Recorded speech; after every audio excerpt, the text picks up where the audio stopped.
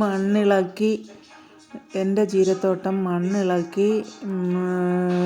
മണ്ണിളക്കി കുമ്മായം വിതറി 2 ദിവസം ഇട്ടിരിക്കുക.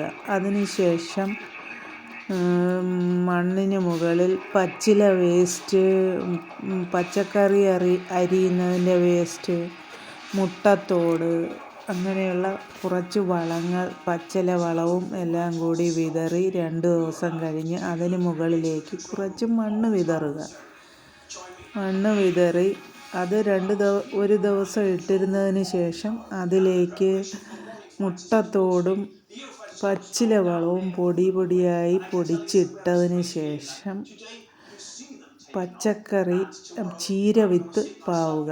ചീരവിത്ത് പാവിയതിന് ശേഷം അതിൻ്റെ മുകളിൽ ചെറുതായ രീതിയിൽ മണ്ണ് വിതറണം. മണ്ണ് വിതറിയതിന് ശേഷം വിതറുക.